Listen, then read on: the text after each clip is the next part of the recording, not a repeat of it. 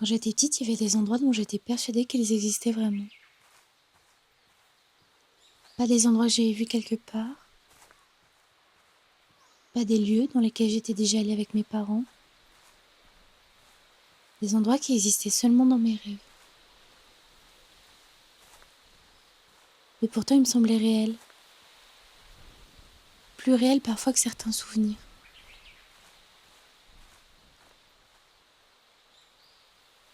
Je me souviens surtout d'un immense parc en automne. Le ciel était toujours orange, comme juste avant que le soleil disparaisse complètement. Les arbres perdaient leurs feuilles lentement. Le vent faisait bouger les branches doucement.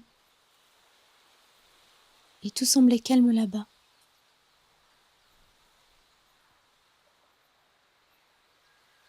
Un calme étrange. Le genre de silence qu'on ne retrouve presque jamais dans la vraie vie.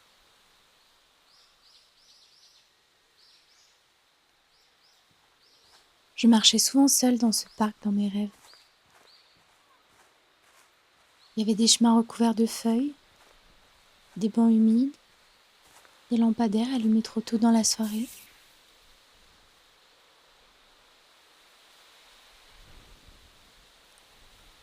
Et chaque fois, je me réveillais après avoir rêvé de cet endroit. J'avais cette sensation bizarre d'en être réellement revenue. Comme si j'avais quitté quelque chose.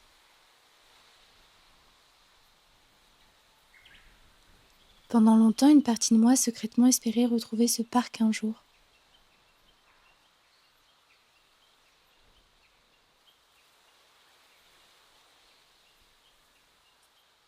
Parfois encore aujourd'hui, quand le ciel devient orange en automne, j'ai l'impression de reconnaître un endroit que je n'ai pourtant jamais connu.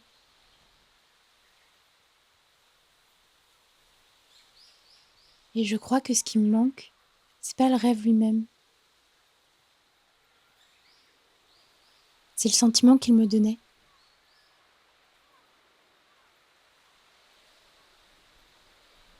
Cette impression qu'il existait quelque part un endroit parfaitement calme où rien de mauvais ne pouvait arriver. Quand on est enfant, la frontière entre l'imaginaire et la réalité est beaucoup plus douce.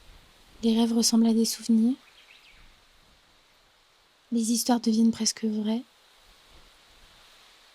Et certains endroits inventés finissent par habiter notre cœur comme des lieux réels.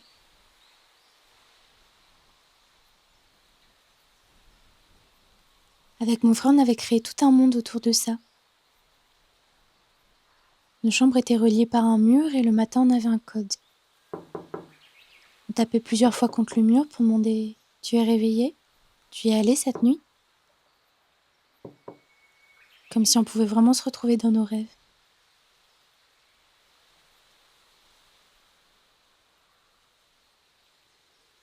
Comme si cet endroit existait quelque part entre nos deux chambres pendant qu'on dormait. On avait inventé un immense village médiéval. Il y avait des chemins en pierre, des tavernes éclairées à la bougie, des grandes tables avec des banquets, des marchés remplis de nourriture, des chevaux attachés près des maisons, des forêts immenses autour du village. Et dans nos têtes, tout était si réel. On passait des heures à ajouter des détails, des nouvelles maisons, des personnages, des règles, des histoires. Chaque soir, avant de dormir, on espérait presque réussir à y retourner ensemble.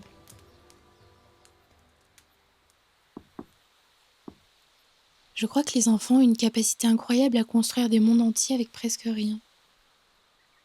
Une chambre dans le noir, quelques histoires, un frère ou une sœur qui y croyait autant que nous.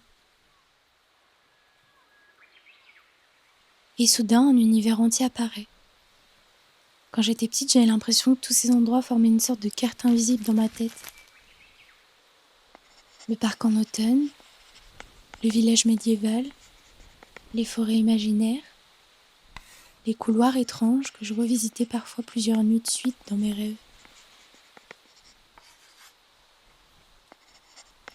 Et ce qui est étrange, c'est que je pouvais presque les situer. comme des vrais lieux. Je savais où était la rivière, où commençaient les grands escaliers en pierre, et où les lanternes étaient accrochées dans le village. Comme si mon enfance avait construit un monde parallèle quelque part à l'intérieur de moi. Une carte secrète faite de rêves, de souvenirs et d'endroits qui n'ont jamais existé,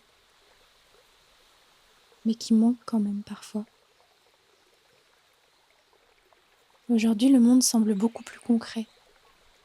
Tout doit avoir une adresse, une preuve, une explication logique. Mais parfois, je me demande si grandir, c'est pas aussi perdre certains passages secrets. Ces portes invisibles qu'on ouvrait naturellement quand on était enfant. Les mondes imaginaires, les aventures qu'on construisait le soir avant de dormir, les endroits qu'on visitait seulement dans nos rêves mais qu'on aimait comme des vrais refuges. Je crois qu'une partie de moi cherche encore ce parc en automne.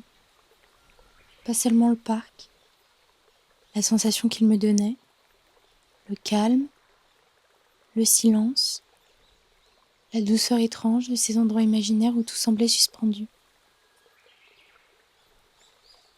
Et parfois je trouve ça beau de penser qu'on porte tous encore quelque part en nous les cartes secrètes de notre enfance.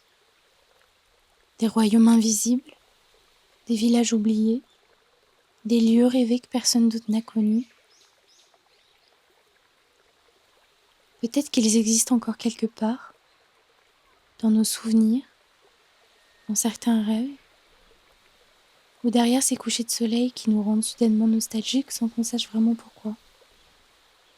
Et parfois, quand la nuit est calme, j'ai presque envie de retaper doucement contre un mur, juste pour demander « Tu crois qu'on peut encore y retourner ?»